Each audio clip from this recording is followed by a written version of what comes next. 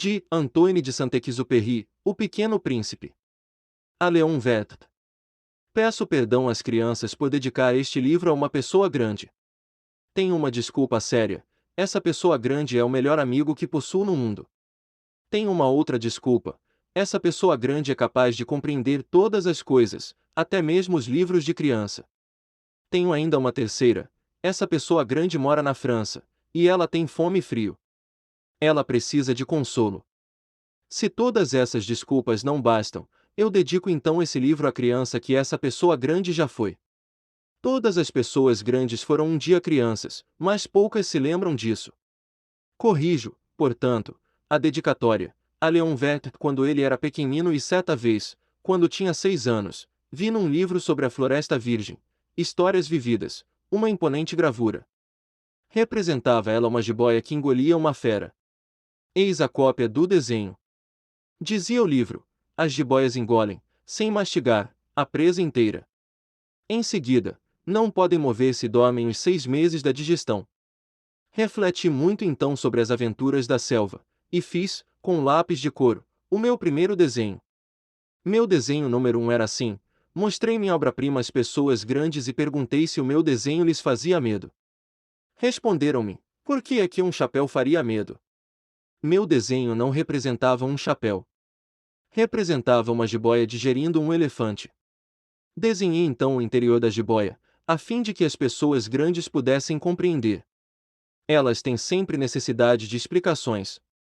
Meu desenho número 2 era assim: as pessoas grandes aconselharam-me deixar de lado os desenhos de jiboias abertas ou fechadas, e dedicar-me de preferência à geografia, à história, ao cálculo, à gramática.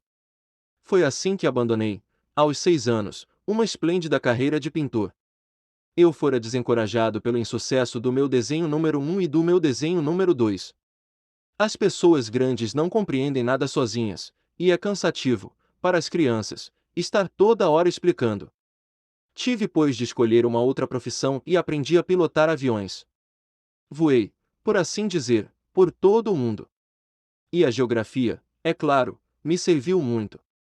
Sabia distinguir, num relance, a China e o Arizona. É muito útil, quando se está perdido na noite. Tive assim, no correr da vida, muitos contatos com muita gente séria. Vivi muito no meio das pessoas grandes. Vi-as muito de perto. Isso não melhorou, de modo algum, a minha antiga opinião. Quando encontrava uma que me parecia um pouco lúcida, fazia com ela a experiência do meu desenho número 1, que sempre conservei comigo. Eu queria saber se ela era verdadeiramente compreensiva. Mas respondia sempre: é um chapéu. Então eu não lhe falava nem de jiboias, nem de florestas virgens, nem de estrelas. Punha-me ao seu alcance. Falava-lhe de bride, de golfe, de política, de gravatas. E a pessoa grande ficava encantada de conhecer um homem tão razoável. Vivi portanto só, sem amigo com quem pudesse realmente conversar, até o dia, cerca de 6 anos atrás, em que tive uma pane no deserto do Saara. Alguma coisa se quebrara no motor. E como não tinha comigo mecânico ou passageiro, preparei-me para empreender sozinho o difícil conserto. Era, para mim, questão de vida ou de morte. Só dava para 8 dias a água que eu tinha. Na primeira noite adormeci pois sobre a areia, a milhas e milhas de qualquer terra habitada. Estava mais isolado que o náufrago numa tábua, perdido no meio do mar. Imaginem então a minha surpresa, quando, ao despertar do dia, uma vozinha estranha me acordou. Dizia: por favor, desenha-me um carneiro, hein? Desenha-me um carneiro. Pus-me de pé, como atingido por um raio. Esfreguei os olhos. Olhei bem. E vi um pedacinho de gente inteiramente extraordinário, que me considerava com gravidade. Eis o melhor retrato que, mais tarde, consegui fazer dele. Meu desenho é, seguramente, muito menos sedutor que o modelo. Não tenho culpa. Fora desencorajado, aos 6 anos, da minha carreira de pintor, e só aprenderá a desenhar jiboias abertas e fechadas. Olhava pois essa aparição com olhos redondos de espanto. Não esqueçam que eu me achava a 1000 milhas de qualquer terra habitada. Ora, o meu homenzinho não me parecia nem perdido, nem morto de fadiga, nem morto de fome, de sede ou de medo. Não tinha absolutamente a aparência de uma criança perdida no deserto, a 1000 milhas da região habitada. Quando pude enfim articular a palavra, perguntei-lhe: Mas o que fazes aqui? E ele repetiu-me então, brandamente, como uma coisa muito séria: Por favor, desenha-me um carneiro. Quando o mistério é muito impressionante, a gente não ousa desobedecer. Por mais absurdo que aquilo me parecesse a 1000 milhas de todos os lugares habitados e em perigo de morte, tirei do bolso uma folha de papel e uma caneta. Mas lembrei-me, então, que eu havia estudado de preferência geografia, história, cálculo e gramática, e disse ao garoto, com um pouco de mau humor, que eu não sabia desenhar. Respondeu-me: Não tem importância. Desenha-me um carneiro. Como jamais houvesse desenhado um carneiro, refiz para ele um dos 2 únicos desenhos que sabia: o da jiboia fechada. E fiquei estupefato de ouvir o garoto replicar: Não. Não. Eu não quero um elefante numa jiboia. A jiboia é perigosa e o elefante toma muito espaço. Tudo é pequeno onde eu moro. Preciso é de um carneiro. Desenha-me um carneiro. Então eu desenhei. Olhou atentamente, e disse: Não. Esse já está muito doente. Desenha outro. Desenhei de novo. Meu amigo sorriu com indulgência: Bem vês que isto não é um carneiro. É um bode. Olha os chifres. Fiz mais uma vez o desenho. Mas ele foi recusado como os precedentes: Este aí é muito velho. Quero um carneiro que viva muito. Então, perdendo a paciência, como tinha pressa de desmontar o motor, rabisquei o desenho ao lado. E arrisquei. Esta é a caixa. O carneiro está dentro. Mas fiquei surpreso de ver iluminar-se a face do meu pequeno juiz: era assim mesmo que eu queria. Será preciso muito capim para esse carneiro. Por quê? Porque é muito pequeno onde eu moro, qualquer coisa chega. Eu te dei um carneirinho de nada. Inclinou a cabeça sobre o desenho: Não é tão pequeno assim. Olha! Adormeceu. E foi desse modo que eu travei conhecimento, um dia, com o Pequeno Príncipe. Levei muito tempo para compreender de onde viera. O príncipezinho, que me fazia milhares de perguntas, não parecia sequer escutar as minhas palavras pronunciadas ao acaso e que foram, pouco a pouco, revelando tudo. Assim, quando viu pela primeira vez meu avião: Não vou desenhá-lo aqui, é muito complicado para mim, perguntou-me bruscamente: Que coisa é aquela? Não, é uma coisa. Aquilo voa. É um avião. O meu avião. Eu estava orgulhoso de lhe comunicar que eu voava. Então ele exclamou: Como? Tu caíste do céu? Sim, disse eu modestamente. Ah! Como é engraçado! E o príncipezinho deu uma bela risada, que me irritou profundamente. Gosto que levem a sério as minhas desgraças. Em seguida acrescentou: Então, tu também vens do céu. De que planeta és tu? Vislumbrei um clarão no mistério da sua presença, e interroguei bruscamente: Tu vens então de outro planeta? Mas ele não me respondeu. Balançava lentamente a cabeça considerando o avião: É verdade que, nisto aí, não podes ter vindo de longe. Mergulhou então num pensamento que durou muito tempo. Depois, tirando do bolso meu carneiro, ficou contemplando o seu tesouro. Poderão imaginar que eu ficará intrigado com aquela semi-confidência sobre os outros planetas. Esforcei-me, então, por saber mais um pouco. De onde vens, meu bem? Onde é tua casa? Para onde queres levar meu carneiro? Ficou meditando em silêncio, e respondeu depois: O bom é que a caixa que me deste poderá, de noite, servir de casa. Sem dúvida. E se tu fores bonzinho, darei também uma corda para amarrá-lo durante o dia. E uma estaca. A proposta pareceu chocá-lo: amarrar. Que ideia esquisita, mas se tu não o amarras, ele vai-se embora e se perde. E meu amigo deu uma nova risada: Mas onde queres que ele vá? Não sei. Por aí. Andando sempre para frente. Então o príncipezinho observou: Muito sério, não faz mal, é tão pequeno onde moro. E depois, talvez com um pouco de melancolia, acrescentou ainda: Quando a gente anda sempre para frente, não pode mesmo ir longe. Eu aprenderá, pois, uma segunda coisa, importantíssima: o seu planeta de origem era pouco maior que uma casa. Não era surpresa para mim.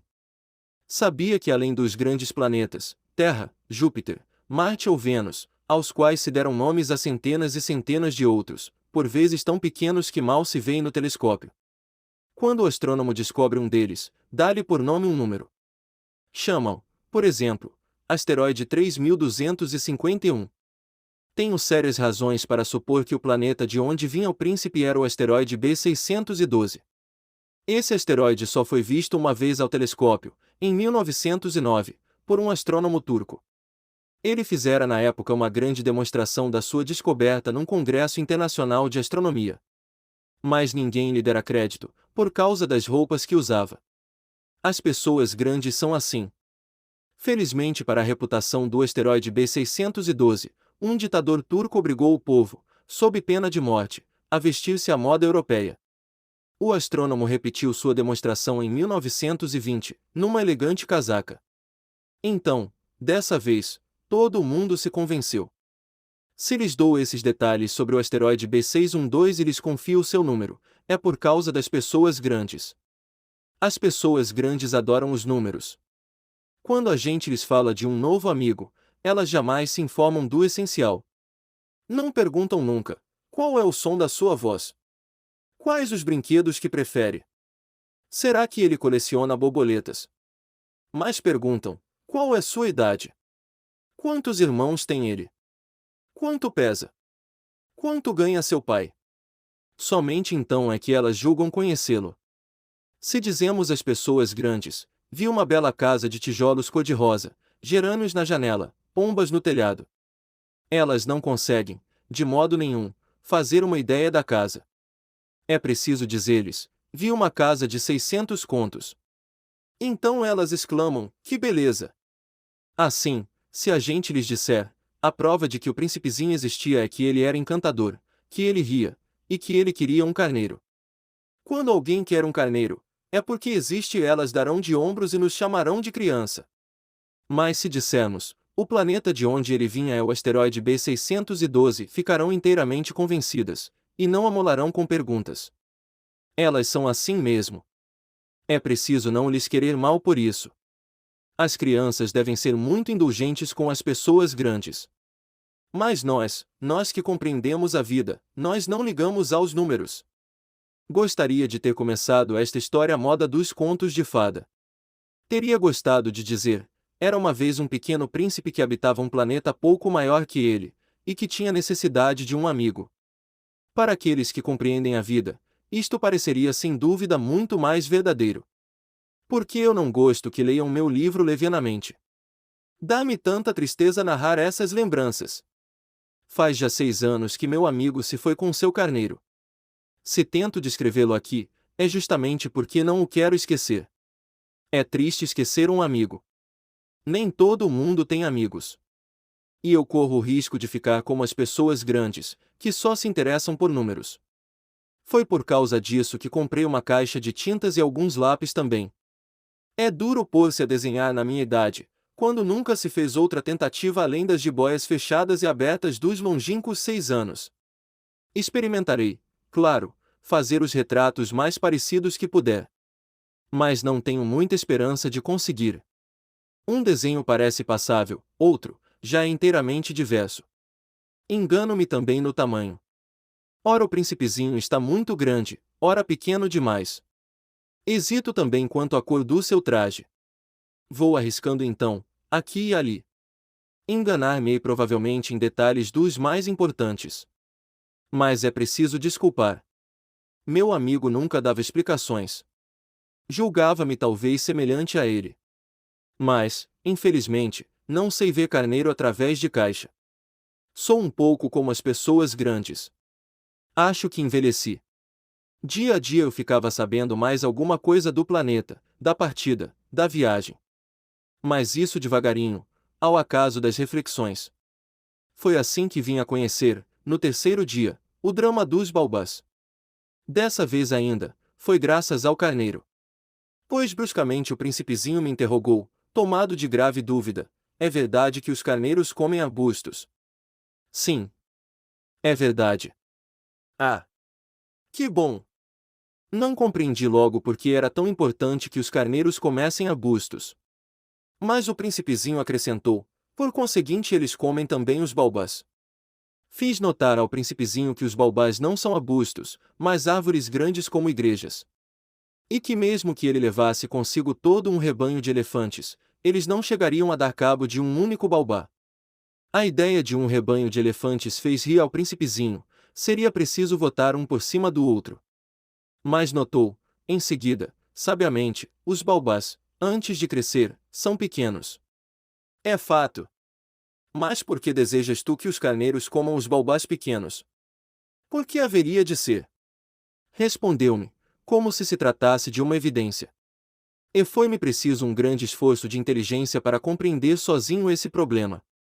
Com efeito, no planeta do príncipezinho havia, como em todos os outros planetas, ervas boas e más. Por conseguinte, sementes boas, de ervas boas, sementes más, de ervas más. Mas as sementes são invisíveis. Elas dormem no segredo da terra até que uma cisme de despertar. Então ela espreguiça, e lança timidamente para o sol um inofensivo galinho. Se é de roseira ou rabanete, podemos deixar que cresça à vontade. Mas quando se trata de uma planta ruim, é preciso arrancar logo, mal a tenhamos conhecido. Ora, havia sementes terríveis no planeta do príncipezinho, as sementes de baobá. O solo do planeta estava infestado. E um baobá, se a gente custa a descobri-lo, nunca mais se livra dele. Atravanca todo o planeta. Perfura-o com suas raízes. E se o planeta é pequeno e os baobás numerosos, o planeta acaba rachando. É uma questão de disciplina, me disse mais tarde o príncipezinho. Quando a gente acaba a toalete da manhã, começa a fazer com cuidado a toalete do planeta. É preciso que a gente se conforme em arrancar regularmente os baobás logo que se distinguem das roseiras, com as quais muito se parecem quando pequenos. É um trabalho sem graça, mas de fácil execução. E um dia aconselhou-me a tentar um belo desenho que fizesse essas coisas entrarem de uma vez na cabeça das crianças. Se algum dia tiverem de viajar, explicou-me, poderá ser útil para elas. Às vezes não há inconveniente em deixar um trabalho para mais tarde. Mas, quando se trata de baobá, é sempre uma catástrofe. Conheci um planeta habitado por um preguiçoso. Havia deixado 3 arbustos. E, de acordo com as indicações do príncipezinho, desenhei o tal planeta. Não gosto de tomar o tom de moralista. Mas o perigo dos baobás é tão pouco conhecido, e tão grandes os riscos daquele que se perdesse num asteroide, que, ao menos uma vez, faço exceção à minha reserva. E digo, portanto, meninos, cuidado com os baobás. Foi para advertir meus amigos de um perigo que há tanto tempo os ameaçava, como a mim, sem que pudéssemos suspeitar, que tanto caprichei naquele desenho. A lição que eu dava valia a pena. Perguntarão, talvez, por que não há nesse livro outros desenhos tão grandiosos como o desenho dos baobás? A resposta é simples: tentei, mas não consegui. Quando desenhei os baobás, estava inteiramente possuído pelo sentimento de urgência. Assim eu comecei a compreender, pouco a pouco, meu pequeno príncipezinho, a tua vidinha melancólica. Muito tempo não tiveste outra distração que a doçura do pôr do sol. Aprendi esse novo detalhe quando me disseste, na manhã do 4º dia, gosto muito de pôr do sol. Vamos ver mas é preciso esperar. Esperar o quê? Esperar que o sol se ponha. Tu fizeste um ar de surpresa, e logo depois, riste de ti mesmo. Disseste-me, eu imagino sempre estar em casa. De fato. Quando é meio-dia nos Estados Unidos, o sol, todo mundo sabe, está se deitando na França. Bastaria ir à França num minuto para assistir ao pôr do sol. Infelizmente, a França é longe demais. Mas no teu pequeno planeta, bastava apenas recuar um pouco a cadeira. E contemplavas o crepúsculo todas as vezes que desejavas. Um dia eu vi o sol se pôr 43 vezes.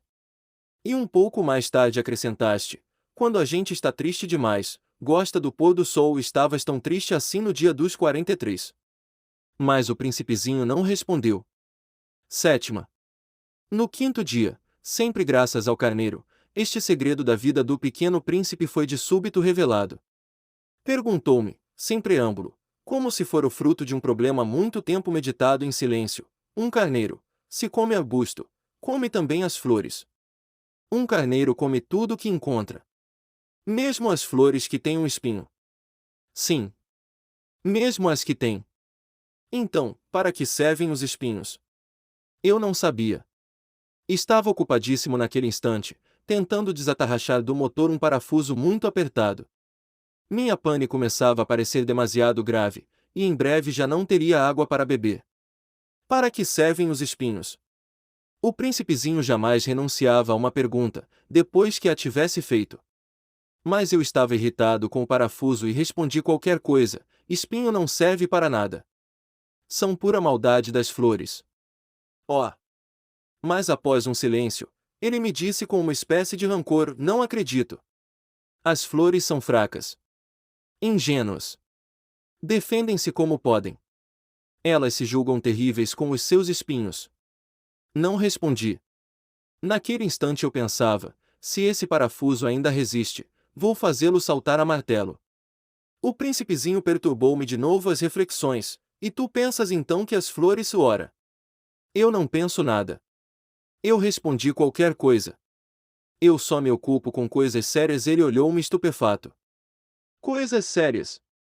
Via-me, martelo em punho, dedos sujos de graxa, curvado sobre um feio objeto. Tu falas como as pessoas grandes. Senti um pouco de vergonha. Mas ele acrescentou, implacável: tu confundes todas as coisas. Misturas tudo. Estava realmente muito irritado. Sacudia ao vento cabelos de ouro. Eu conheço um planeta onde há um sujeito vermelho, quase roxo. Nunca cheirou uma flor. Nunca olhou uma estrela. Nunca amou ninguém. Nunca fez outra coisa senão somas. E o dia todo repete como tu: eu sou um homem sério. Eu sou um homem sério, e isso o faz inchar-se de orgulho. Mas ele não é um homem, é um cogumelo. Um o quê? Um cogumelo. O príncipezinho estava agora pálido de cólera. Há milhões e milhões de anos que as flores fabricam espinhos. Há milhões e milhões de anos que os carneiros as comem, apesar de tudo. E não será sério procurar compreender por que perdem tanto tempo fabricando espinhos inúteis. Não terá importância a guerra dos carneiros e das flores. Não será mais importante que as contas do tal sujeito. E se eu, por minha vez, conheço uma flor única no mundo, que só existe no meu planeta, e que um belo dia um carneirinho pode liquidar num só golpe, sem avaliar o que faz, isto não tem importância. Corou um pouco, e continuou em seguida. Se alguém ama uma flor da qual só existe um exemplar em milhões e milhões de estrelas, isso basta para que seja feliz quando a contempla. Ele pensa: minha flor está lá, em algum lugar. Mas se o carneiro come a flor, é para ele, bruscamente, como se todas as estrelas se apagassem. E isto não tem importância. Não pôde dizer mais nada. Pôs-se bruscamente a soluçar. A noite caíra. Larguei as ferramentas. Ria-me do martelo, do parafuso, da sede e da morte. Havia numa estrela, num planeta, o meu, a Terra, um príncipezinho a consolar. Tomei-o nos braços. Embalei-o. E lhe dizia: a flor que tu amas não está em perigo. Vou desenhar uma pequena mordaça para o carneiro. Uma armadura para a flor. Eu não sabia o que dizer. Sentia-me desajeitado. Não sabia como atingi-lo, onde encontrá-lo. É tão misterioso, o país das lágrimas.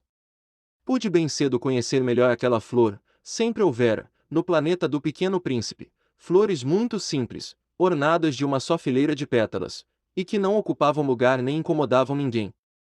Apareciam certa manhã na relva, e já à tarde se extinguiam. Mas aquela brotara um dia de um grão trazido não se sabe de onde, e o príncipezinho vigiara de perto o pequeno broto, tão diferente dos outros. Podia ser uma nova espécie de baobá. Mas o arbusto logo parou de crescer, e começou então a preparar uma flor. O príncipezinho, que assistia à instalação de um enorme botão, bem sentiu que sairia dali uma aparição miraculosa, mas a flor não acabava mais de preparar-se, de preparar sua beleza, no seu verde quarto. Escolhia as cores com cuidado. Vestia-se lentamente, ajustava uma a uma suas pétalas. Não queria sair, como os cravos, amarrotada. No radioso esplendor da sua beleza é que ela queria aparecer. Ah! Sim. Era vaidosa. Sua misteriosa toilette, portanto, durará dias e dias. E eis que uma bela manhã, justamente a hora do sol nascer, havia-se, afinal, mostrado. E ela, que se preparara com tanto esmero, disse, bocejando: Ah! Eu acabo de despertar. Desculpa. Estou ainda toda despenteada. O príncipezinho, então, não pôde conter o seu espanto. Como és bonita! Não é? Respondeu a flor docemente. Nasci ao mesmo tempo que o sol. O príncipezinho percebeu logo que a flor não era modesta. Mas era tão comovente. Creio que é hora do almoço, acrescentou ela. Tu poderias cuidar de mim. E o príncipezinho, embaraçado, fora buscar um regador com água fresca, e servirá a flor. Assim, ela o afligira logo com sua mórbida vaidade. Um dia, por exemplo, falando dos seus 4 espinhos, dissera ao pequeno príncipe: é que eles podem vir, os tigres, com suas garras. Não há tigres no meu planeta, objetara o príncipezinho. E depois, os tigres não comem Eva. Não sou uma Eva, responderá a flor suavemente. Perdoa-me. Não tenho receio dos tigres, mas tenho horror das correntes de ar. Não terias acaso um paravento? Horror das correntes de ar. Não é muito bom para uma planta, notara o príncipezinho. É bem complicada essa flor. À noite me colocarás sob a redoma. Faz muito frio no teu planeta. Está mal instalado. De onde eu venho? Mas interrompeu-se de súbito. Viera em forma de semente. Não pudera conhecer nada dos outros mundos. Humilhada por se ter deixado apanhar numa mentira tão tola, tossiu 2 ou 3 vezes, para pôr a culpa no príncipe, e o paravento. Ia buscá-lo. Mas tu me falavas. Então ela redobrara a tosse para infligir-lhe remorso.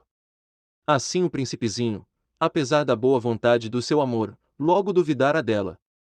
Tomara a sério palavras sem importância, e se tornará infeliz.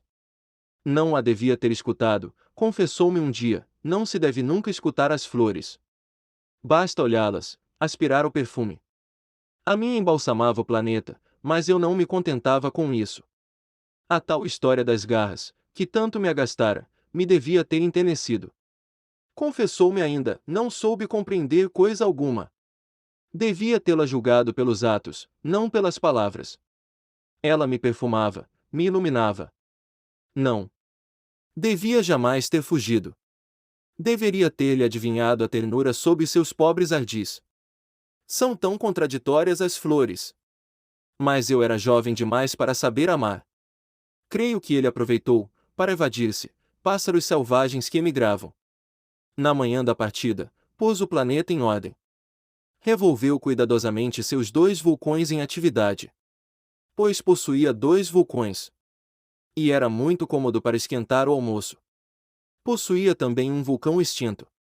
Mas, como ele dizia, quem é que pode garantir, revolveu também o extinto. Se eles são bem revolvidos, os vulcões queimam lentamente, regularmente, sem erupções. As erupções vulcânicas são como fagulhas de lareira. Na Terra, nós somos muito pequenos para revolver os vulcões. Por isso é que nos causam tanto dano. O príncipezinho arrancou também, não sem um pouco de melancolia, os últimos rebentos de Baobá. Ele julgava nunca mais voltar. Mas todos esses trabalhos familiares lhe pareceram, aquela manhã, extremamente doces. E, quando regou pela última vez a flor, e se dispunha a colocá-la sob a redoma, percebeu que estava com vontade de chorar. Adeus, disse ele à flor. Mas a flor não respondeu. Adeus, repetiu ele. Revolveu cuidadosamente seus 2 vulcões, a flor tossiu. Mas não era por causa do resfriado. Eu fui uma tola, disse por fim. Peço-te perdão. Trata de ser feliz. A ausência de censuras o surpreendeu. Ficou parado, inteiramente sem jeito, com a redoma no ar. Não podia compreender essa calma doçura. É claro que eu te amo, disse-lhe a flor.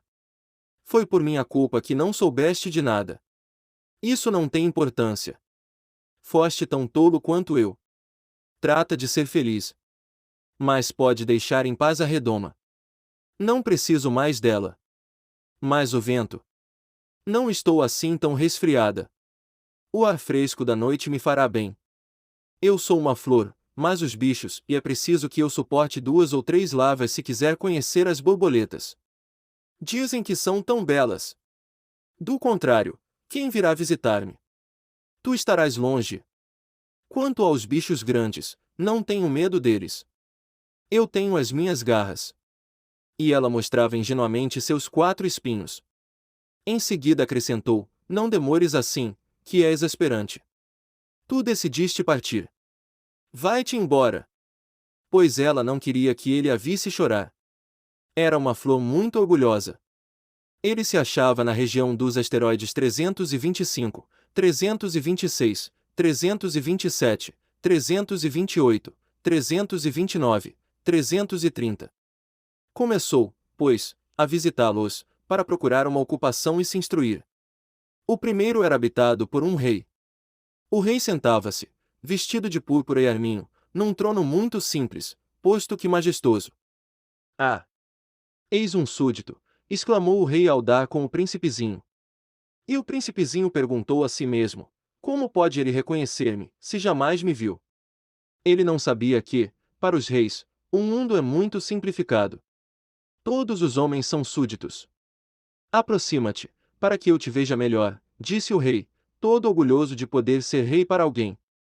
O príncipezinho procurou com olhos onde sentar-se, mas o planeta estava todo atravancado pelo magnífico manto de arminho. Ficou, então, de pé. Mas, como estava cansado, bocejou. É contra a etiqueta bocejar na frente do rei, disse o monarca. Eu o proíbo. Não posso evitá-lo, disse o príncipezinho confuso. Fiz uma longa viagem e não dormi ainda. Então, disse o rei, eu te ordeno que bocejes. Há anos que não vejo ninguém bocejar.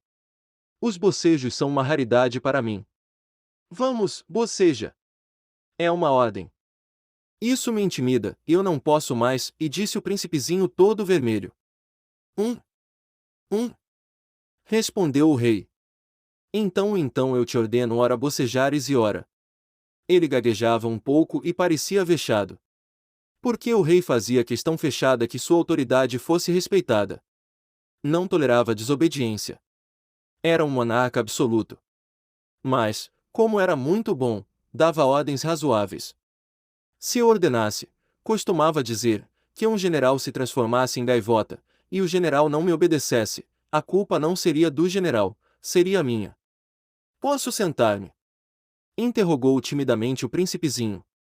Eu te ordeno que te sentes, respondeu-lhe o rei, que puxou majestosamente um pedaço do manto de arminho. Mas o príncipezinho se espantava. O planeta era minúsculo.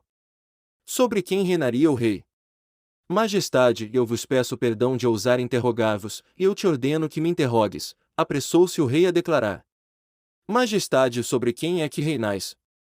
Sobre tudo, respondeu o rei, com uma grande simplicidade. Sobre tudo. O rei, com um gesto discreto, designou seu planeta, os outros, e também as estrelas. Sobre tudo isso. Sobre tudo isso. Respondeu o rei. Pois ele não era apenas um monarca absoluto, era também um monarca universal. E as estrelas vos obedecem. Sem dúvida, disse o rei. Obedecem prontamente. Eu não tolero indisciplina. Um tal poder maravilhou o príncipezinho. Se ele fosse detentor do mesmo, teria podido assistir, não a 44, mas a 72, ou mesmo a 100, ou mesmo a 200 pores do sol no mesmo dia, sem precisar sequer afastar a cadeira. E como se sentisse? Um pouco triste à lembrança do seu pequeno planeta abandonado, ousou solicitar do rei uma graça. Eu desejava ver um pôr do sol. Fazei-me esse favor. Ordenai ao sol que se ponha, se eu ordenasse a meu general voar de uma flor a outra como borboleta, ou escrever uma tragédia, ou transformar-se em gaivota, e o general não executasse a ordem recebida, quem, ele ou eu, estaria errado? Vós, respondeu com firmeza o príncipezinho. Exato. É preciso exigir de cada um o que cada um pode dar, replicou o rei. A autoridade repousa sobre a razão.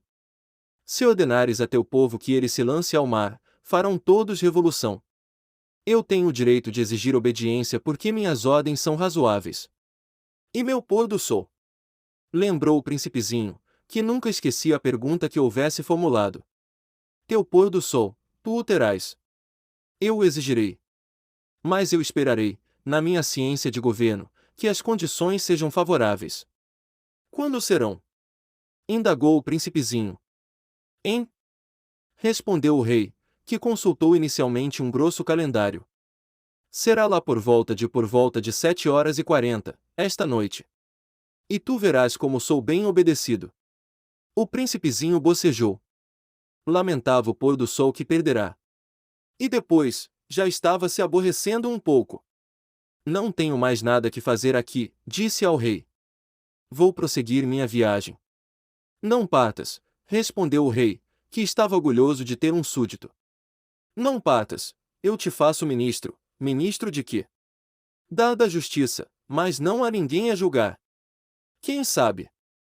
Disse o rei. Ainda não dei a volta no meu reino. Estou muito velho, não tenho lugar para carruagem, e andar cansa-me muito. Ó! Mas eu já vi, disse o príncipe que se inclinou para dar ainda uma olhadela do outro lado do planeta. Não consigo ver ninguém, tu julgarás a ti mesmo, respondeu-lhe o rei. É o mais difícil. É bem mais difícil julgar a si mesmo que julgar os outros. Se consegues julgar-te bem, eis um verdadeiro sábio. Mas eu posso julgar-me a mim próprio em qualquer lugar, replicou o príncipezinho. Não preciso, para isso, ficar morando aqui. Ah! Disse o rei, eu tenho quase certeza de que há um velho rato no meu planeta. Eu o escuto de noite. Tu poderás julgar esse rato. Tu o condenarás à morte de vez em quando, assim a sua vida dependerá da tua justiça. Mas tu o perdoarás cada vez, para economizá-lo. Pois só temos um. Respondeu o príncipezinho, eu não gosto de condenar à morte, e acho que vou mesmo embora. Não, disse o rei. Mas o príncipezinho, tendo acabado os preparativos, não quis afligir o velho monarca. Se vossa majestade deseja ser prontamente obedecido, poderá dar-me uma ordem razoável. Poderia ordenar-me, por exemplo, que partisse em menos de 1 minuto. Parece-me que as condições são favoráveis. Como o rei não dissesse nada, o príncipezinho hesitou um pouco, depois suspirou e partiu. Eu te faço meu embaixador, apressou-se o rei em gritar. Tinha um ar de grande autoridade. As pessoas grandes são muito esquisitas, pensava, durante a viagem o príncipezinho. O segundo planeta, um vaidoso o habitava. Ah! Ah! Um admirador vem visitar-me! Exclamou de longe o vaidoso, mal vira o príncipe. Porque, para os vaidosos, os outros homens são sempre admiradores. Bom dia, disse o príncipezinho. Você tem um chapéu engraçado. É para agradecer, exclamou o vaidoso. Para agradecer quando me aclamam. Infelizmente não passa ninguém por aqui. Sim? Disse o príncipezinho sem compreender. Bate as mãos uma na outra, aconselhou o vaidoso. O príncipezinho bateu as mãos uma na outra. O vaidoso agradeceu modestamente, erguendo o chapéu. Ah, isso é mais divertido que a visita ao rei, disse consigo mesmo o príncipezinho.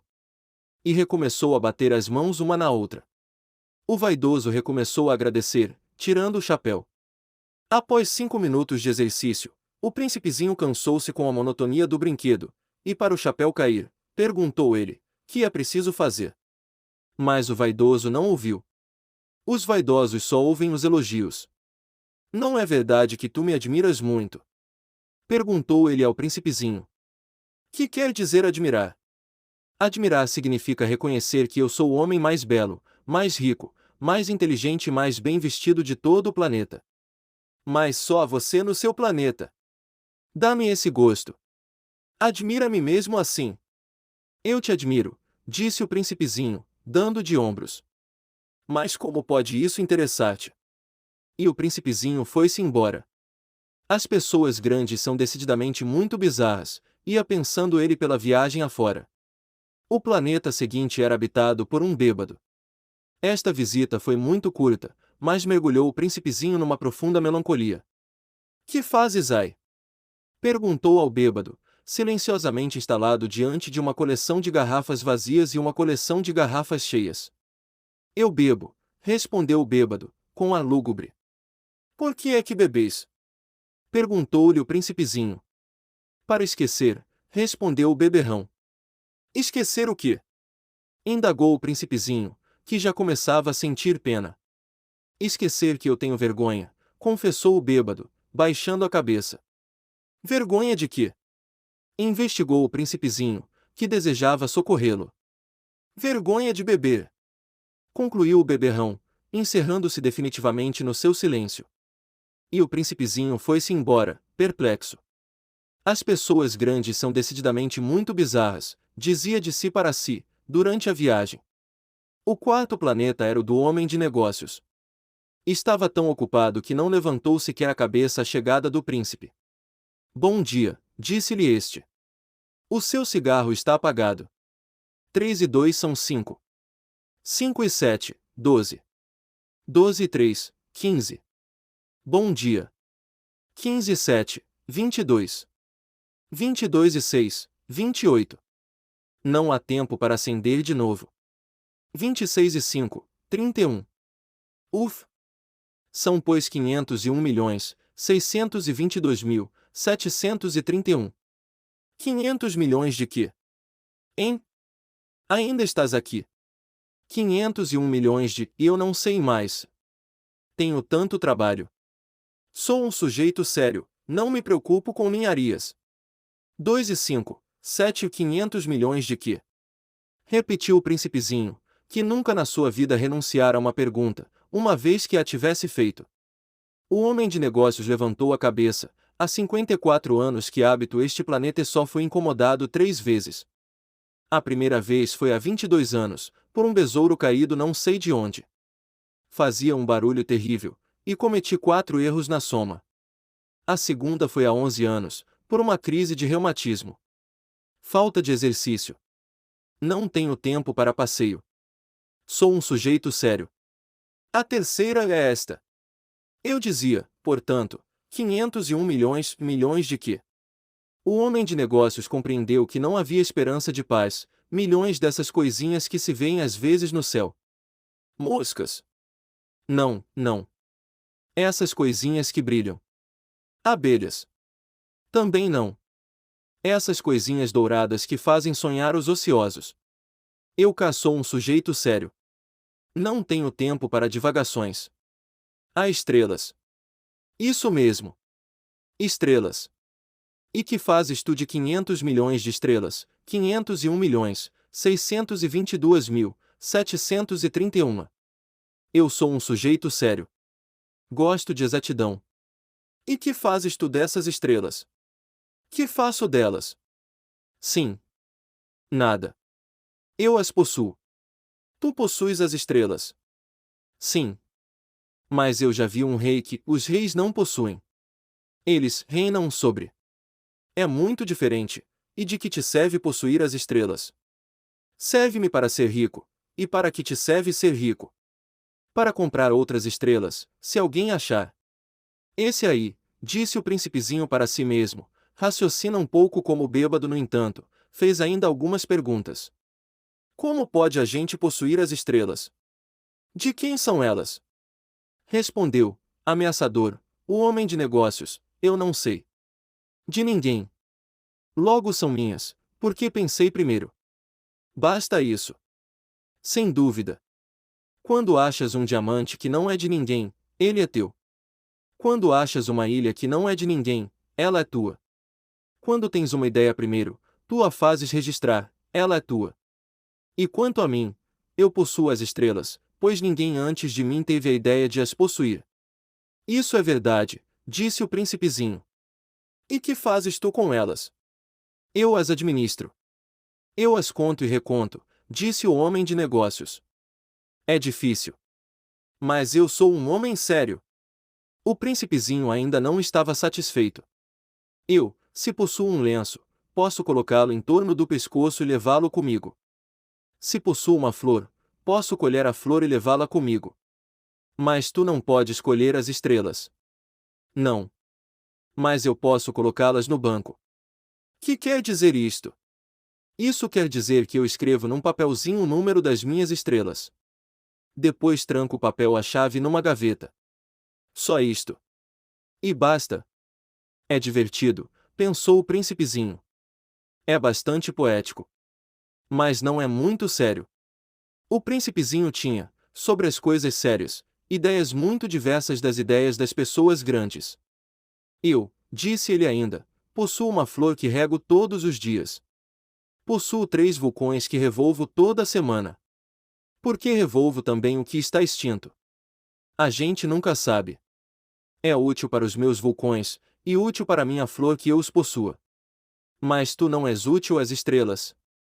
O homem de negócios abriu a boca, mas não achou nada a responder, e o príncipezinho se foi. As pessoas grandes são mesmo extraordinárias, repetia simplesmente no percurso da viagem. O 5º planeta era muito curioso. Era o menor de todos. Mal dava para um lampião e o acendedor de lampiões. O príncipezinho não podia atinar para que pudessem servir, no céu, num planeta sem casa e sem gente, um lampião e o acendedor de lampiões. No entanto, disse consigo mesmo, talvez esse homem seja mesmo absurdo. No entanto, é menos absurdo que o rei, que o vaidoso, que o homem de negócios, que o beberrão. Seu trabalho ao menos tem um sentido. Quando acende o lampião, é como se fizesse nascer mais uma estrela, mais uma flor. Quando o apaga, porém, é estrela ou flor que adormecem. É uma ocupação bonita. E é útil, porque é bonita. Quando abordou o planeta, saudou respeitosamente o acendedor, bom dia. Por que acabas de apagar teu lampião? Eu executo uma tarefa terrível. É o regulamento, respondeu o acendedor. Bom dia. Que é o regulamento? É apagar meu lampião. Boa noite. E tornou a acender. Mas por que acabas de o acender de novo? É o regulamento, respondeu o acendedor. Eu não compreendo, disse o príncipezinho. Não é para compreender, disse o acendedor. Regulamento é regulamento. Bom dia. E apagou o lampião, em seguida enxugou a fronte num lenço de quadrinhos vermelhos. Eu executo uma tarefa terrível. Antigamente era razoável. Apagava de manhã e acendia à noite. Tinha o resto do dia para descansar e o resto da noite para dormir, e depois disso, mudou o regulamento. O regulamento não mudou, disse o acendedor. Aí é que está o drama. O planeta de ano em ano gira mais depressa, e o regulamento não muda. E então? Disse o príncipezinho, agora, que ele dá uma volta por minuto, não tenho mais um segundo de repouso. Acendo e apago uma vez por minuto. Ah! Que engraçado! Os dias aqui duram um minuto. Não é nada engraçado, disse o acendedor. Já faz um mês que estamos conversando. Um mês? Sim. 30 minutos. 30 dias. Boa noite. E acendeu o lampião. O príncipezinho considerou, e amou aquele acendedor tão fiel ao regulamento. Lembrou-se dos pores do sol que ele mesmo produzia, recuando um pouco a cadeira. Quis ajudar o amigo. Sabes? Eu sei de um modo de descansar quando quiseres, e eu sempre quero, disse o acendedor. Pois a gente pode ser, ao mesmo tempo, fiel e preguiçoso. E o príncipezinho prosseguiu, teu planeta é tão pequeno, que podes, com 3 passos, dar-lhe a volta. Basta andares lentamente, bem lentamente, de modo a ficares sempre ao sol. Quando quiseres descansar, caminharás, e o dia durará quanto queiras. Isso não adianta muito, disse o acendedor. O que eu gosto mais na vida é de dormir. Então não há remédio, disse o príncipezinho. Não há remédio, disse o acendedor. Bom dia. E apagou o seu lampião. Esse aí, disse para si o príncipezinho, ao prosseguir a viagem para mais longe, esse aí seria desprezado por todos os outros, o rei, o vaidoso, o beberrão, o homem de negócios. No entanto, é o único que não me parece ridículo. Talvez porque é o único que se ocupa de outra coisa que não seja ele próprio. Suspirou de pesar e disse ainda: era o único que eu podia ter feito, meu amigo. Mas seu planeta é mesmo pequeno demais. Não há lugar para dois. O que o príncipezinho não ousava confessar é que os 1440 pares do Sol em 24 horas davam-lhe certa saudade do abençoado planeta. O sexto planeta era 10 vezes maior, era habitado por um velho que escrevia livros enormes. Bravo! Eis um explorador! Exclamou ele, logo que viu o príncipezinho. O príncipezinho assentou-se na mesa, ofegante. Já viajara tanto. De onde vens? Perguntou-lhe o velho. Que livro é esse? Perguntou-lhe o príncipezinho. Que faz o senhor aqui?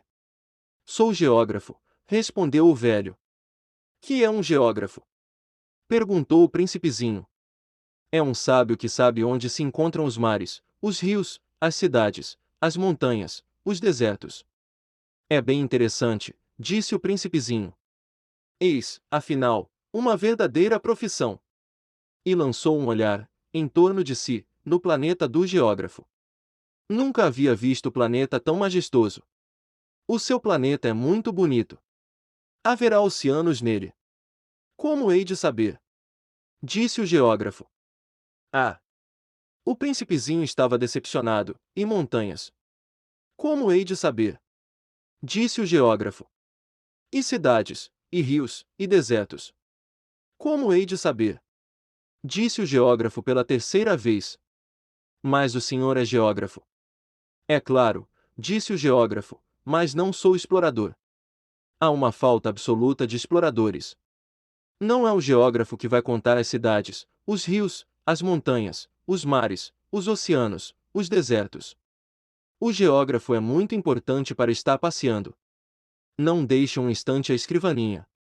Mas recebe os exploradores, interroga-os, anota as suas lembranças. E se as lembranças de alguns lhe parecem interessantes, o geógrafo estabelece um inquérito sobre a moralidade do explorador. Por quê? Porque um explorador que mentisse produziria catástrofes nos livros de geografia. Como o explorador que bebesse demais. Por quê? Perguntou o príncipezinho. Porque os bêbados vêm dobrado. Então o geógrafo anotaria 2 montanhas onde há uma só. Conheço alguém, disse o príncipezinho, que seria um mau explorador. É possível. Pois bem, quando a moralidade do explorador parece boa, faz-se uma investigação sobre a sua descoberta. Vai-se ver. Não. Seria muito complicado. Mas exige-se do explorador que ele forneça provas. Tratando-se, por exemplo, de uma grande montanha, ele trará grandes pedras. O geógrafo, de súbito, se entusiasmou, mas tu vens de longe. Tu és explorador. Tu me vais descrever o teu planeta. E o geógrafo, tendo aberto o seu caderno, apontou o seu lápis. Anotam-se primeiro a lápis as narrações dos exploradores. Espera-se, para cobrir a tinta, que o explorador tenha fornecido provas. Então, interrogou o geógrafo. Ó! Onde eu moro, disse o príncipezinho, não é interessante, é muito pequeno. Eu tenho 3 vulcões. 2 vulcões em atividade e um vulcão extinto. A gente nunca sabe e a gente nunca sabe, repetiu o geógrafo. Tenho também uma flor, mas nós não anotamos as flores, disse o geógrafo. Por que não? É o mais bonito. Porque as flores são efêmeras. Que quer dizer o efêmera? As geografias, disse o geógrafo, são os livros de mais valor. Nunca ficam fora de moda. É muito raro que um monte troque de lugar. É muito raro um oceano esvaziar-se. Nós escrevemos coisas eternas. Mas os vulcões extintos podem se reanimar, interrompeu o príncipezinho. Que quer dizer o efêmera? Que os vulcões estejam extintos ou não, isso dá no mesmo para nós, disse o geógrafo. O que nos interessa é a montanha. Ela não muda. Mas que quer dizer efêmera, repetiu o príncipezinho, que nunca, na sua vida, renunciara a uma pergunta que tivesse feito. Quer dizer ameaçada de próxima desaparição. Minha flor está ameaçada de próxima desaparição. Sem dúvida. Minha flor é efêmera, disse o príncipezinho, e não tem mais que 4 espinhos para defender-se do mundo. E eu a deixei sozinha. Foi seu primeiro movimento de remorso. Mas retomou coragem. Que me aconselha a visitar? Perguntou ele. O planeta Terra, respondeu-lhe o geógrafo. Goza de grande reputação. E o príncipezinho se foi, pensando na flor 16. O sétimo planeta foi, pois, a Terra. A Terra não é um planeta qualquer. Contam-se lá 111 reis, não esquecendo, é claro, os reis negros, 7.000 geógrafos, 900.000 negociantes, 7,5 milhões de beberrões, 311 milhões de vaidosos, isto é, cerca de 2 bilhões de pessoas grandes. Para dar-lhes uma ideia das dimensões da Terra, eu lhes direi que, antes da invenção da eletricidade, era necessário manter, para o conjunto dos 6 continentes, um verdadeiro exército de 462.511 acendedores de lampiões. Isto fazia, visto um pouco de longe, um magnífico efeito. Os movimentos desse exército eram ritmados como os de um balé de ópera. Primeiro vinha a vez dos acendedores de lampiões da Nova Zelândia e da Austrália. Esses, em seguida, acesos os lampiões, iam dormir. Entrava por sua vez a dança dos acendedores de lampiões da China e da Sibéria. E também desapareciam nos bastidores. Vinha a vez dos acendedores de lampiões da Rússia e das Índias. Depois os da África e da Europa. Depois os da América do Sul. Os da América do Norte. E jamais se enganavam na ordem de entrada, quando apareciam em cena. Era um espetáculo grandioso. Apenas dois, o acendedor do único lampião do Polo Norte e o seu colega do único lampião do Polo Sul, levavam vida ociosa e descuidada, trabalhavam 2 vezes por ano. Quando a gente quer fazer graça, mente às vezes um pouco. Não foi lá muito honesto ao lhes falar dos acendedores de lampiões. Corro o risco de dar, àqueles que não conhecem o nosso planeta, uma falsa ideia dele. Os homens ocupam, na verdade, muito pouco lugar na superfície da Terra. Se os 2 bilhões de habitantes que povoam a Terra se mantivessem de pé, colados um ao outro, como para um comício, acomodar-se-iam facilmente numa praça pública de 20 milhas de comprimento por 20 de largura. Poder-se-ia juntar a humanidade toda na menor das ilhas do Pacífico. As pessoas grandes não acreditarão, é claro. Elas julgam ocupar muito espaço. Imaginam-se tão importantes como os baobás. Diga-lhes, pois, que façam o cálculo. Elas adoram os números, ficarão contentes com isso. Mas vocês não percam tempo com esse problema de aritmética. Inútil. Vocês acreditam em mim. O príncipezinho, uma vez na Terra, ficou, pois, muito surpreso de não ver ninguém. Já receara ter se enganado de planeta, quando um anel cor de lua remexeu na areia. Boa noite, disse o príncipezinho, inteiramente ao acaso. Boa noite, disse a serpente. Em que planeta me encontro? Perguntou o príncipezinho. Na Terra, na África, respondeu a serpente. Ah! E não há ninguém na Terra. Tu és um bichinho engraçado, disse ele, fino como um dedo. Aqui é o deserto. Não há ninguém nos desertos. A Terra é grande, disse a serpente. O príncipezinho sentou-se numa pedra e ergueu os olhos para o céu. As estrelas são todas iluminadas. Não será para que cada um possa um dia encontrar a sua. Olha o meu planeta, está justamente em cima de nós. Mas como está longe? Teu planeta é belo, disse a serpente. Que vens fazer aqui? Tive dificuldades com uma flor, disse o príncipe. Ah! Exclamou a serpente. E se calaram. Onde estão os homens? Repetiu enfim o príncipezinho. A gente está um pouco só no deserto. Entre os homens também, disse a serpente. O príncipezinho olhou-a longamente. Tu és um bichinho engraçado, disse ele, fino como um dedo, mas sou mais poderosa do que o dedo de um rei, disse a serpente. O príncipezinho sorriu. Tu não és tão poderosa assim, não tens sequer umas patas, não podes sequer viajar e eu posso levar-te mais longe que um navio, disse a serpente. Ela enrolou-se na perninha do príncipe, como um bracelete de ouro. Aquele que eu toco, eu o devolvo à terra de onde veio, continuou a serpente. Mas tu és puro. Tu vens de uma estrela. O príncipezinho não respondeu. Tenho pena de ti, tão fraco, nessa terra de granito. Posso ajudar-te um dia, se tiveres muita saudade do teu planeta. Posso, ó. Eu compreendi muito bem, disse o príncipezinho. Mas por que falas sempre por enigmas? Eu os resolvo todos, disse a serpente. E calaram-se os dois. O príncipezinho atravessou o deserto e encontrou apenas uma flor. Uma flor de 3 pétalas, uma florzinha à toa. Bom dia, disse o príncipe. Bom dia, disse a flor, onde estão os homens? Perguntou polidamente. A flor, um dia, vira passar uma caravana, os homens. Eu creio que existem 6 ou 7. Vi-os há muitos anos. Mas não se pode nunca saber onde se encontram. O vento os leva. Eles não têm raízes. Eles não gostam das raízes. Adeus, disse o príncipezinho. Adeus, disse a flor. O príncipezinho escalou uma grande montanha. As únicas montanhas que conhecera eram os 3 vulcões que lhe davam pelo joelho. O vulcão extinto servia-lhe de tamborete.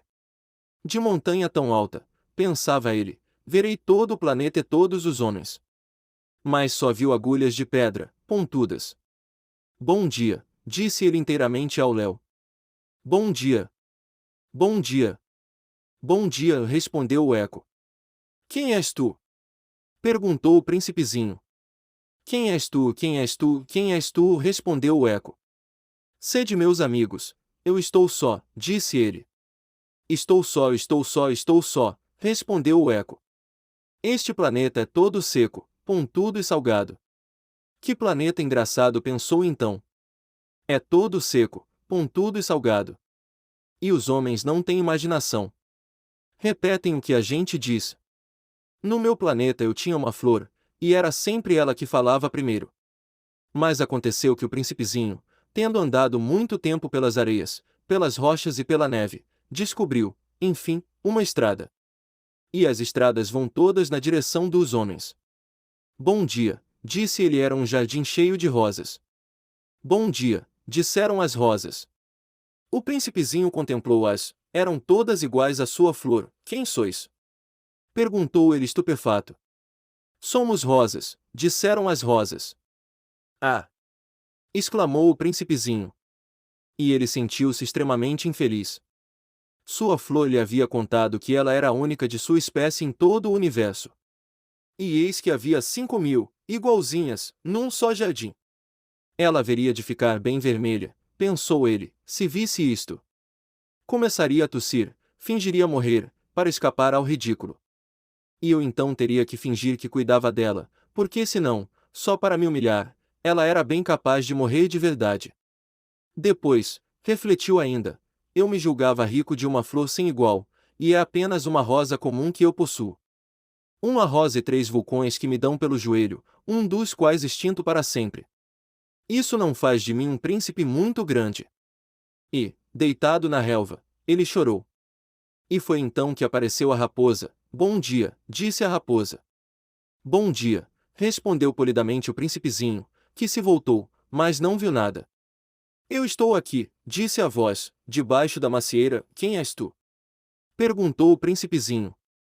Tu és bem bonita, sou uma raposa, disse a raposa. Vem brincar comigo, propôs o príncipezinho. Estou tão triste, eu não posso brincar contigo, disse a raposa. Não me cativaram ainda. Ah! Desculpa, disse o príncipezinho. Após uma reflexão, acrescentou, que quer dizer cativar?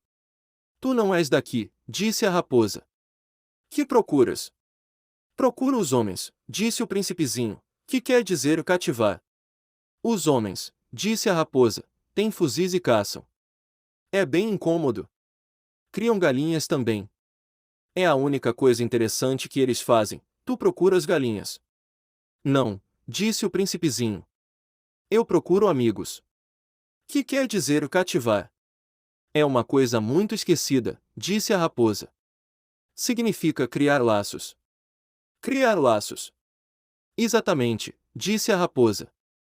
Tu não és ainda para mim senão um garoto inteiramente igual a 100.000 outros garotos. E eu não tenho necessidade de ti. E tu não tens também necessidade de mim. Não passo a teus olhos de uma raposa igual a 100.000 outras raposas. Mas, se tu me cativas, nós teremos necessidade um do outro. Serás para mim o único no mundo. E eu serei para ti única no mundo. Começo a compreender, disse o príncipezinho. Existe uma flor. Eu creio que ela me cativou. É possível, disse a raposa. Vê-se tanta coisa na terra, ó. Não foi na terra, disse o príncipezinho. A raposa pareceu intrigada, num outro planeta. Sim. Há caçadores nesse planeta. Não. Que bom. E galinhas? Também não. Nada é perfeito, suspirou a raposa. Mas a raposa voltou à sua ideia. Minha vida é monótona. Eu caço as galinhas e os homens me caçam. Todas as galinhas se parecem e todos os homens se parecem também. E por isso eu me aborreço um pouco. Mas se tu me cativas, minha vida será como que cheia de sol. Conhecerei um barulho de passos que será diferente dos outros. Os outros passos me fazem entrar debaixo da terra. O teu me chamará para fora da toca, como se fosse música. E depois, olha. Vês, lá longe, os campos de trigo. Eu não como pão. O trigo para mim é inútil. Os campos de trigo não me lembram coisa alguma. E isso é triste, mas tu tens cabelos cor de ouro. Então será maravilhoso quando me tiveres cativado. O trigo, que é dourado, fará lembrar-me de ti. E eu amarei o barulho do vento no trigo. A raposa calou-se e considerou por muito tempo o príncipe. Por favor, o cativa-me, disse ela.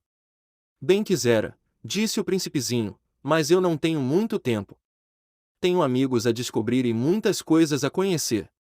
A gente só conhece bem as coisas que cativou, disse a raposa. Os homens não têm mais tempo de conhecer coisa alguma. Compram tudo prontinho nas lojas. Mas como não existem lojas de amigos, os homens não têm mais amigos. Se tu queres um amigo, cativa-me. Que é preciso fazer? Perguntou o príncipezinho. É preciso ser paciente, respondeu a raposa. Tu te sentarás primeiro um pouco longe de mim, assim, na relva. Eu te olharei com o canto do olho e tu não dirás nada. A linguagem é uma fonte de mal-entendidos. Mas, cada dia, te sentarás mais perto. No dia seguinte o príncipezinho voltou. Teria sido melhor voltares à mesma hora, disse a raposa. Se tu vens, por exemplo, às 4 da tarde, desde as 3 eu começarei a ser feliz. Quanto mais a hora for chegando, mais eu me sentirei feliz. Às 4 horas, então, estarei inquieta e agitada, descobrirei o preço da felicidade. Mas se tu vens a qualquer momento, nunca saberei a hora de preparar o coração. É preciso ritos. Que é um rito? Perguntou o príncipezinho. É uma coisa muito esquecida também, disse a raposa, é o que faz com que um dia seja diferente dos outros dias, uma hora, das outras horas. Os meus caçadores, por exemplo, possuem um rito. Dançam na quinta-feira com as moças da aldeia. A quinta-feira então é o dia maravilhoso. Vou passear até a vinha. Se os caçadores dançassem qualquer dia, os dias seriam todos iguais, e eu não teria férias. Assim o príncipezinho cativou a raposa. Mas, quando chegou a hora da partida, a raposa disse: Ah! Eu vou chorar. A culpa é tua, disse o príncipezinho, eu não te queria fazer mal, mas tu quiseste que eu te cativasse e quis, disse a raposa. Mas tu vais chorar, disse o príncipezinho. Vou, disse a raposa. Então, não sais lucrando nada. Eu lucro, disse a raposa, por causa da cor do trigo. Depois ela acrescentou, vai rever as rosas. Tu compreenderás que a tua é a única no mundo. Tu voltarás para me dizer adeus, e eu te farei presente de um segredo. Foi o príncipezinho rever as rosas. Vós não sois absolutamente iguais à minha rosa, vós não sois nada ainda. Ninguém ainda vos cativou, nem cativastes a ninguém. Sois como era a minha raposa. Era uma raposa igual a 100.000 outras. Mas eu fiz dela um amigo. Ela é agora única no mundo. E as rosas estavam desapontadas. Sois belas, mas vazias, disse ele ainda. Não se pode morrer por vós. Minha rosa, sem dúvida um transeunte qualquer pensaria que se parece convosco. Ela sozinha é, porém, mais importante que vós todas, pois foi a ela que eu reguei. Foi a ela que pus sob a redoma. Foi a ela que abriguei com o paravento. Foi dela que eu matei as larvas, exceto 2 ou 3 por causa das borboletas. Foi a ela que eu escutei queixar-se ou gabar-se, ou mesmo calar-se algumas vezes. É a minha rosa. E voltou, então, a raposa. Adeus, disse ele. Adeus, disse a raposa. Eis o meu segredo. É muito simples, só se vê bem com o coração. O essencial é invisível para os olhos. O essencial é invisível para os olhos, repetiu o príncipezinho, a fim de se lembrar. Foi o tempo que perdeste com tua rosa que fez tua rosa tão importante. Foi o tempo que eu perdi com a minha rosa, repetiu o príncipezinho, a fim de se lembrar. Os homens esqueceram essa verdade, disse a raposa. Mas tu não a deves esquecer. Tu te tornas eternamente responsável por aquilo que cativas. Tu és responsável pela rosa, e eu sou responsável pela minha rosa, repetiu o príncipezinho, a fim de se lembrar. Bom dia, disse o príncipezinho. Bom dia, respondeu o guarda-chaves. Que fazes aqui? Perguntou-lhe o príncipezinho. Eu divido os passageiros em blocos de 1000, disse o guarda-chaves. Despacho os trens que os carregam, ora para a direita, ora para a esquerda. E um rápido iluminado, roncando como um trovão, fez tremer a cabine do guarda-chaves. Eles estão com muita pressa, disse o príncipezinho. O que é que estão procurando? Nem o homem da locomotiva sabe, disse o guarda-chaves. E trovejou, em sentido inverso, um outro rápido iluminado. Já estão de volta? Perguntou o príncipezinho. Não são os mesmos, disse o guarda-chaves. É uma troca. Não estavam contentes onde estavam. Nunca estamos contentes onde estamos, disse o guarda-chaves. E um terceiro rápido, iluminado, trovejou. Estão perseguindo os primeiros viajantes. Perguntou o príncipezinho. Não perseguem nada, disse o guarda-chaves. Estão dormindo lá dentro, ou bocejando, só as crianças esmagam o nariz nas vidraças. Só as crianças sabem o que procuram, disse o príncipezinho. Perdem tempo como uma boneca de pano, e a boneca se torna muito importante, e choram quando a gente a toma. Elas são felizes, e disse o guarda-chaves. Bom dia, disse o príncipezinho.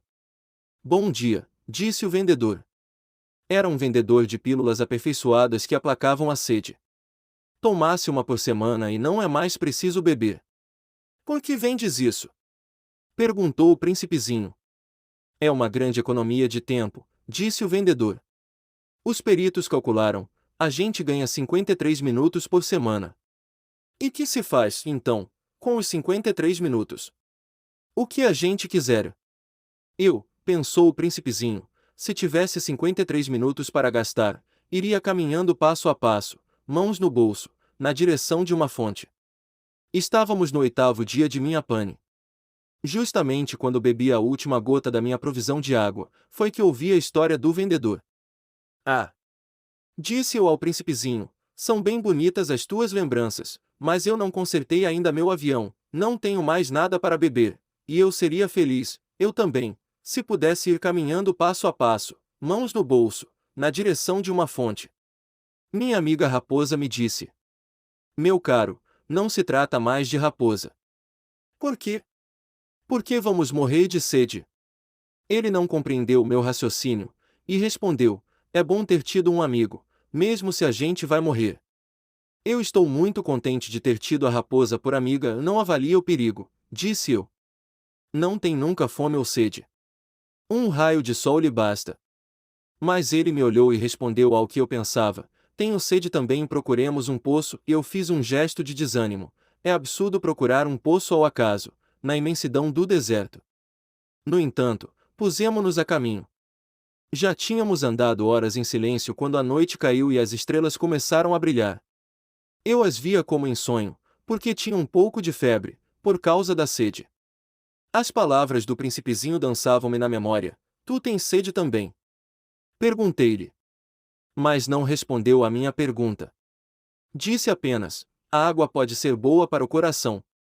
Não compreendi sua resposta e calei-me. Eu bem sabia que não adiantava interrogá-lo. Ele estava cansado, sentou-se. Sentei-me junto dele.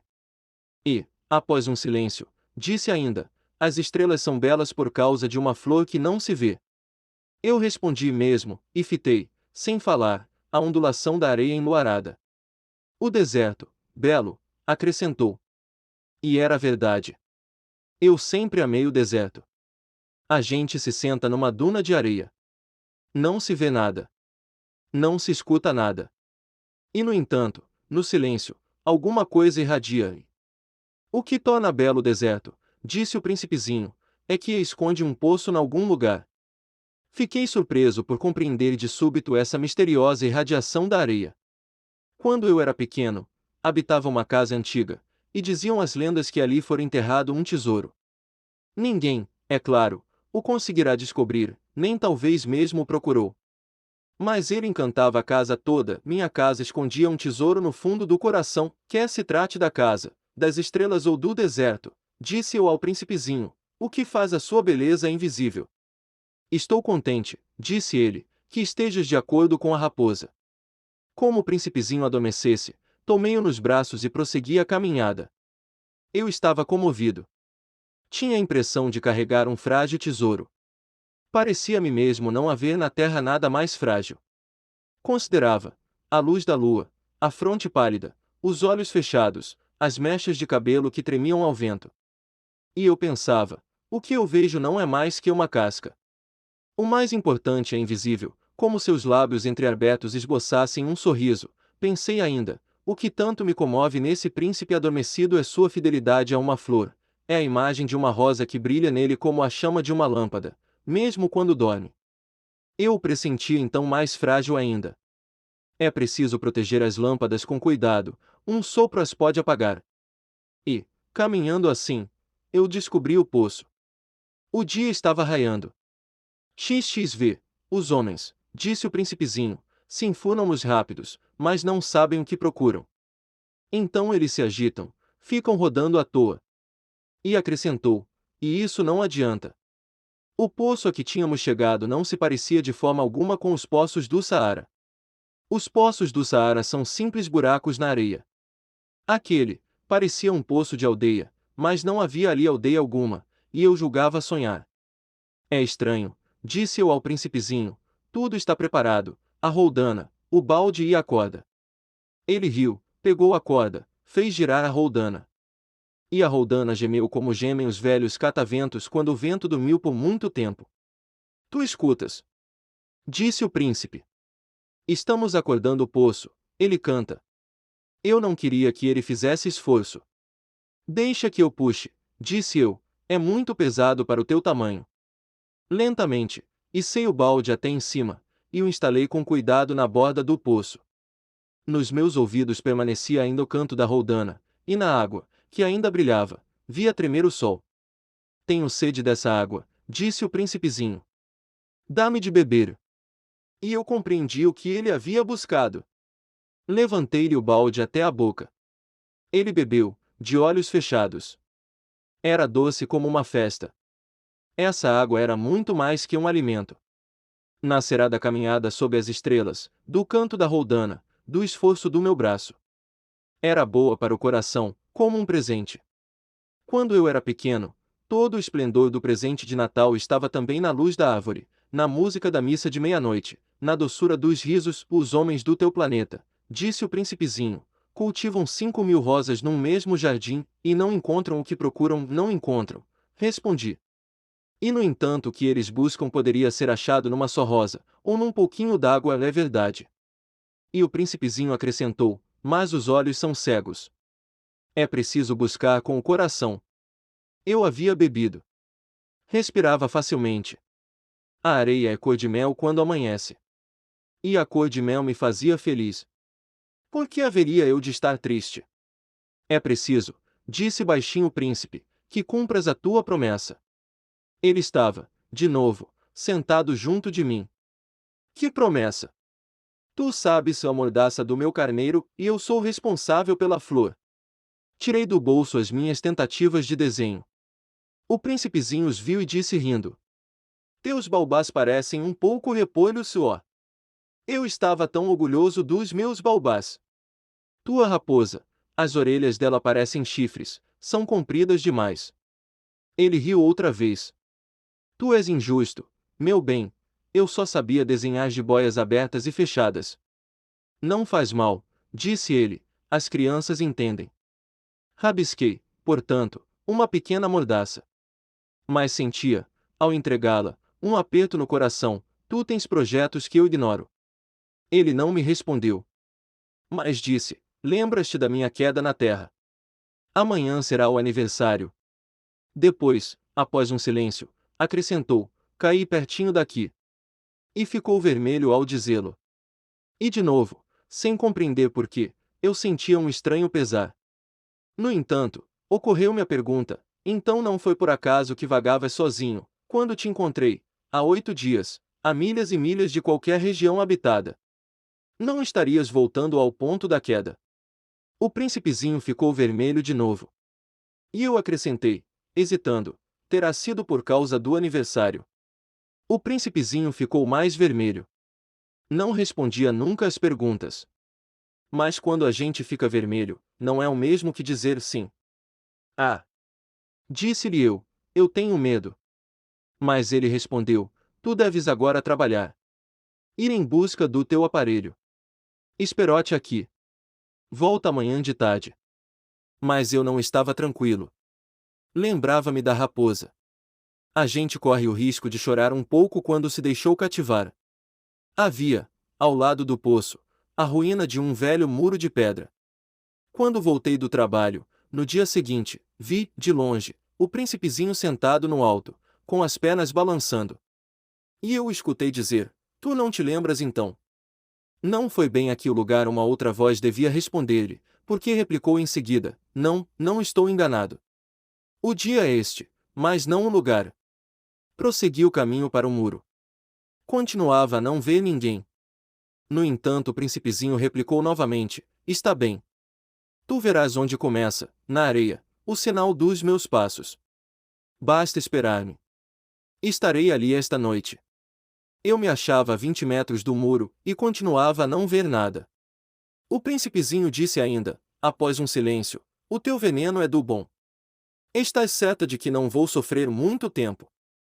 Parei, o coração apertado, sem compreender ainda. Agora, vai-te embora, disse ele, e eu quero descer. Então baixei os olhos para o pé do muro, e dei um salto. Lá estava, erguida para o príncipezinho, uma dessas serpentes amarelas que nos liquidam num minuto. Enquanto procurava o revólver no bolso, dei uma rápida corrida. Mas, percebendo o barulho, a serpente se foi encolhendo lentamente, como um repuxo que morre. E, sem se apressar demais, enfiou-se entre as pedras, num leve tinir de metal. Cheguei ao muro a tempo de receber nos braços o meu caro príncipezinho, pálido como a neve. Que história é essa? Tu conversas agora com as serpentes. Desatei o nó do seu eterno lenço dourado. Umedeci-lhe as têmporas. Dei-lhe água. E agora, não ousava perguntar-lhe coisa alguma. Olhou-me gravemente e passou-me os bracinhos no pescoço. Sentia-lhe o coração bater de encontro ao meu, como o de um pássaro que morre, atingido pela carabina. Ele me disse, estou contente de teres descoberto o defeito do maquinismo. Vais poder voltar para casa, como soubeste disso. Eu vinha justamente anunciar-lhe que, contra toda expectativa, havia realizado o concerto. Nada respondeu à minha pergunta, mas acrescentou, eu também volto hoje para casa. Depois, com melancolia, ele disse, é bem mais longe, bem mais difícil. Eu percebia claramente que algo de extraordinário se passava. Apertava nos braços como se fosse uma criancinha, mas tinha a impressão de que ele ia deslizando verticalmente no abismo, sem que eu nada pudesse fazer para detê-lo. Seu olhar estava sério, perdido ao longe, tem o teu carneiro. E a caixa para o carneiro. E a mordaça. Agora, vai-te embora, disse ele, e eu quero descer. Ele sorriu com tristeza. Esperei muito tempo. Pareceu-me que ele ia se aquecendo de novo, pouco a pouco. Meu querido, tu tiveste medo. É claro que tivera. Mas ele sorriu docemente. Terei mais medo ainda esta noite. O sentimento do irreparável gelou-me de novo. E eu compreendi que não podia suportar a ideia de nunca mais escutar esse riso. Ele era para mim como uma fonte no deserto. Meu bem, eu quero ainda escutar o teu riso. Mas ele me disse: faz 1 ano esta noite. Minha estrela se achará justamente em cima do lugar onde caiu o ano passado. Meu bem, não será um sonho mau essa história de serpente, de encontro marcado, de estrela. Mas não respondeu à minha pergunta. E disse: o que é importante, a gente não vê, será como a flor. Se tu amas uma flor que se acha numa estrela, é doce, de noite, olhar o céu. Todas as estrelas estão floridas. Todas as estrelas estão floridas. Será como a água. Aquela que me deste parecia música, por causa da roldana e da corda. Lembras-te como era boa? Lembro-me. Tu olharás, de noite, as estrelas. Onde eu moro é muito pequeno, para que eu possa te mostrar onde se encontra a minha. É melhor assim. Minha estrela será então qualquer das estrelas. Gostarás de olhar todas elas. Serão todas tuas amigas. E depois, eu vou fazer-te um presente. Ele riu outra vez. Ah! Meu pedacinho de gente, meu amor, como eu gosto de ouvir esse riso. Pois é, ele o meu presente será como a água, em que queres dizer. As pessoas têm estrelas que não são as mesmas. Para uns, que viajam, as estrelas são guias. Para outros, elas não passam de pequenas luzes. Para outros, os sábios, são problemas. Para o meu negociante, eram ouro. Mas todas essas estrelas se calam. Tu, porém, terás estrelas como ninguém, em que queres dizer. Quando olhares o céu de noite, por que habitarei uma delas? Porque numa delas estarei rindo, então será como se todas as estrelas te rissem. E tu terás estrelas que sabem rir. E ele riu mais uma vez. E quando te houveres consolado, a gente sempre se consola, tu te sentirás contente por me teres conhecido. Tu serás sempre meu amigo. Terás vontade de rir comigo. E abrirás às vezes a janela à toa, por gosto. E teus amigos ficarão espantados de ouvir-te rir olhando o céu. Tu explicarás então: sim, as estrelas, elas sempre me fazem rir. E eles te julgarão maluco. Será uma peça que te prego. E riu de novo. Será como se eu te houvesse dado, em vez de estrelas, montões de guizos que riem. E riu de novo, mais uma vez. Depois, ficou sério: esta noite tu sabes, não venhas. Eu não te deixarei. Eu parecerei sofrer e eu parecerei morrer. É assim. Não venhas ver. Não vale a pena, eu não te deixarei. Mas ele estava preocupado. Eu digo isto, também por causa da serpente. É preciso que não te morda. As serpentes são más. Podem morder por gosto, e eu não te deixarei. Mas uma coisa o tranquilizou: elas não têm veneno, é verdade, para uma segunda mordida. Essa noite, não o vi pôr-se a caminho. Evadiu-se sem rumor. Quando consegui apanhá-lo, caminhava decidido, a passo rápido. Disse-me apenas: ah! Estás aqui. E ele me tomou pela mão. Mas afligiu-se ainda: fizeste mal, tu sofrerás. Eu parecerei morto e não será verdade. Eu me calava. Tu compreendes? É longe demais. Eu não posso carregar esse corpo. É muito pesado. Eu me calava. Mas será como uma velha casca abandonada. Uma casca de árvore não é triste. Eu me calava. Perdeu um pouco da coragem, mas fez ainda um esforço. Será bonito, sabes? Eu também olharei as estrelas. Todas as estrelas serão poços com uma roldana enferrujada. Todas as estrelas me darão de beber. Eu me calava. Será tão divertido. Tu terás 500 milhões de guizos, eu terei 500 milhões de fontes. E ele se calou também, porque estava chorando. É aqui. Deixa-me dar um passo sozinho. E sentou-se, porque tinha medo. Disse ainda: tu sabes, minha flor, e eu sou responsável por ela. Ela é tão frágil. Tão ingênua. Tem 4 espinhos de nada para defendê-la do mundo. Eu sentei-me também, pois não podia mais ficar de pé. Ele disse: pronto. Acabou-se. Hesitou ainda um pouco, depois ergueu-se. Deu um passo. Eu não podia mover-me. Houve apenas um clarão amarelo perto da sua perna. Permaneceu, por um instante, imóvel. Não gritou. Tombou devagarinho como uma árvore tomba. Nem fez sequer barulho, por causa da areia. Chivi agora, certamente, já se vão 6 anos e jamais contará essa história. Os camaradas ficaram contentes de ver-me são e salvo. Eu estava triste, mas dizia, é o cansaço. Agora já me consolei um pouco. Mas não de todo. Sei que ele voltou ao seu planeta, pois, ao raiar do dia, não lhe encontrei o corpo. Não era um corpo tão pesado assim. E gosto, à noite, de escutar as estrelas. 500 milhões de guizos. Mas eis que sucede uma coisa extraordinária. Na mordaça que desenhei para o príncipezinho, esqueci de juntar a correia. Não poderá jamais prendê-la no carneiro. E eu pergunto então, que se terá passado no planeta? Pode bem ser que o carneiro tenha comido a flor. Ora eu penso, certamente que não. O príncipezinho encerra a flor todas as noites na redoma de vidro e vigia bem o carneiro. Então, eu me sinto feliz. E todas as estrelas riem docemente. Ora eu digo, uma vez ou outra a gente se distrai e basta isto. Esqueceu uma noite a redoma de vidro, o carneiro saiu de mansinho, sem que fosse notado. Então os guizos se transformam todos em lágrimas. Eis aí um mistério bem grande. Para vocês, que amam também o príncipezinho, como para mim, todo o universo muda de sentido, se num lugar, que não sabemos onde, um carneiro, que não conhecemos, comeu ou não uma rosa. Olhem o céu. Perguntem, terá ou não terá o carneiro comido a flor? E verão como tudo fica diferente. E nenhuma pessoa grande jamais compreenderá que isso tenha tanta importância. Esta é, para mim, a mais bela paisagem do mundo, e também a mais triste. É a mesma da página precedente. Mas desenhei-a de novo para mostrá-la bem. Foi aqui que o príncipezinho apareceu na Terra, e desapareceu depois. Olhem atentamente esta paisagem para que estejam certos de reconhecê-la, se viajarem um dia na África, através do deserto.